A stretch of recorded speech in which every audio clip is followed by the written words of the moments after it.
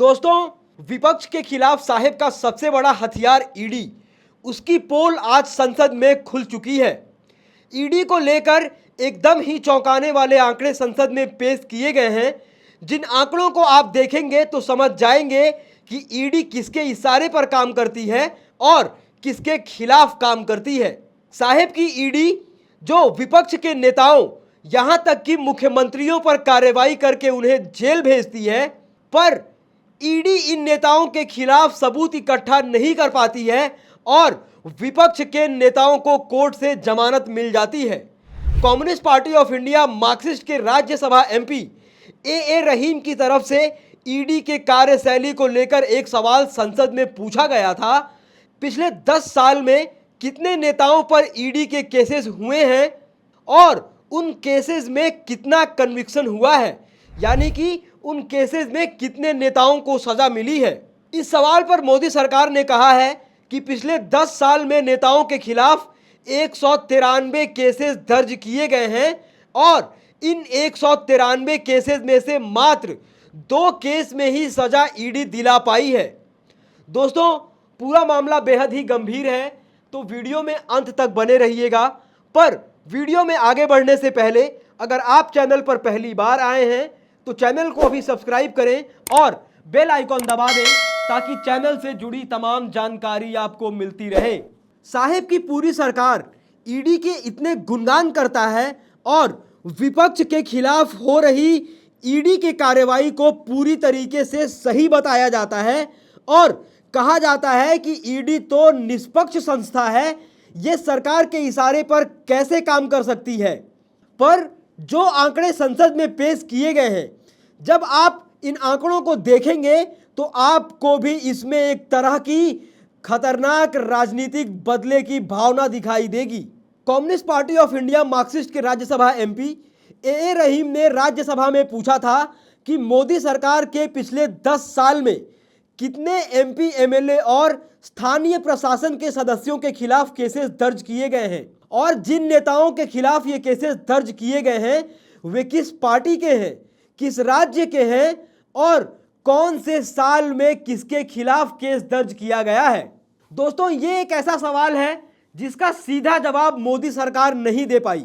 मोदी सरकार के वित्त मंत्रालय में राज्य मंत्री पंकज चौधरी ने कहा कि सांसदों, विधायकों और स्थानीय प्रशासन के सदस्यों के साथ साथ उनकी पार्टी के खिलाफ दर्ज ईडी मामलों का राज्यवार डेटा नहीं रखा जाता है, यानी कि किस पार्टी के कितने नेताओं पर ईडी की कार्रवाई हुई है, इसका डेटा पार्टी के हिसाब से मेंटेन नहीं किया जाता है।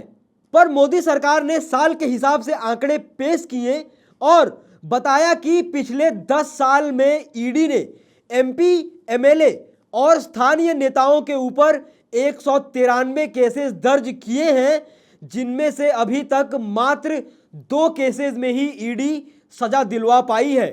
यानी कि ईडी की स्ट्राइक रेट नेताओं के खिलाफ न के बराबर है, उसके बाद भी विपक्षी नेताओं पर ईडी की ताबड़तोड़ कार्रवाई जारी है।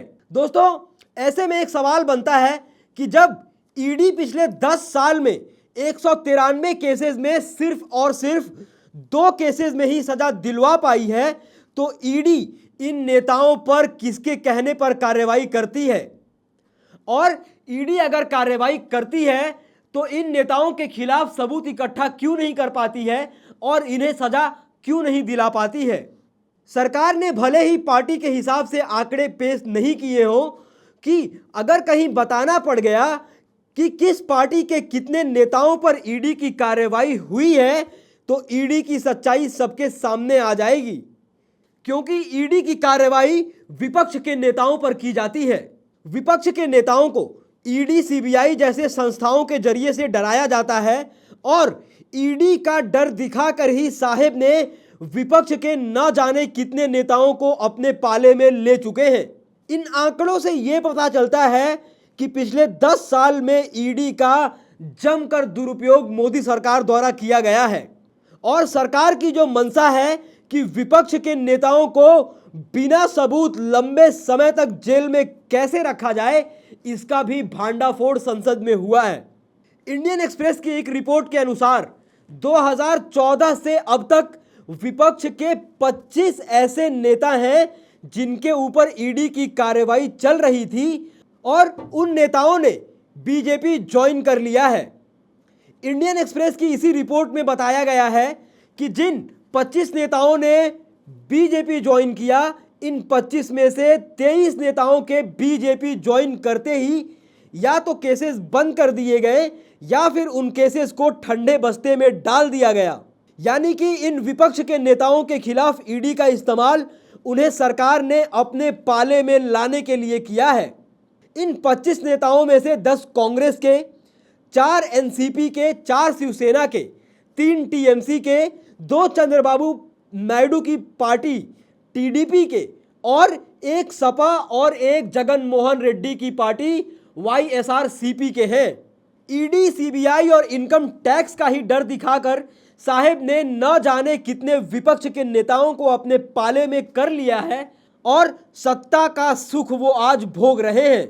पर संसद में जो आंकड़े पेश किए गए हैं वो इस बात को उजागर करते हैं कि आखिर किसके इशारे पर ईडी काम करती है। और इसी सवाल के साथ संसद में एक और सवाल पूछा गया था कि क्या हाल के वर्षों में विपक्षी नेताओं के खिलाफ दर्ज ईडी मामलों में वृद्धि हुई है, और यदि हां तो इस प्रवृत्ति का औचित्य क्या है, यानी कि इस ट्रेंड का जस्टिफिकेशन क्या है। इस पर मोदी सरकार के मंत्री का जवाब था कि ऐसी कोई जानकारी नहीं रखी गई है।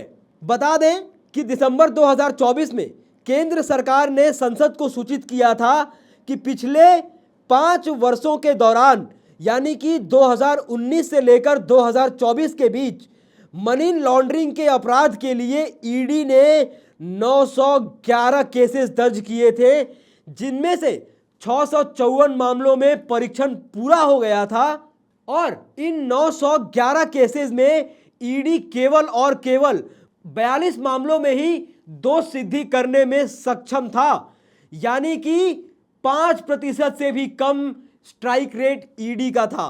सुप्रीम कोर्ट ने कई मौकों पर मनी लॉन्ड्रिंग के मामलों में दोष सिद्धि की कम दरों के बारे में टिप्पणी की है।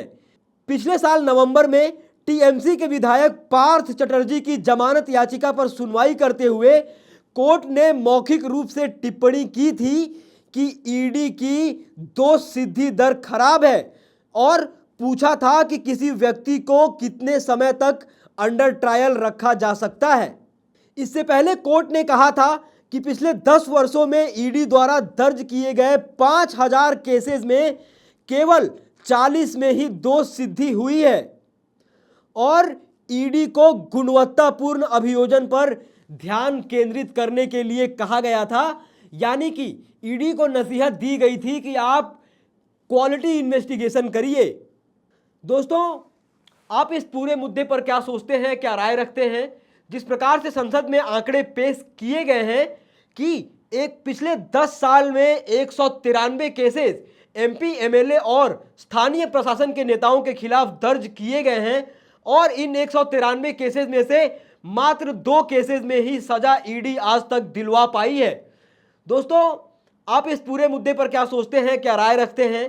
अपनी राय, टीका, टिप्पणी कमेंट बॉक्स में जरूर लिखें। बाकी ऐसी तमाम खबरों के लिए देखते रहिए देश नीति। धन्यवाद।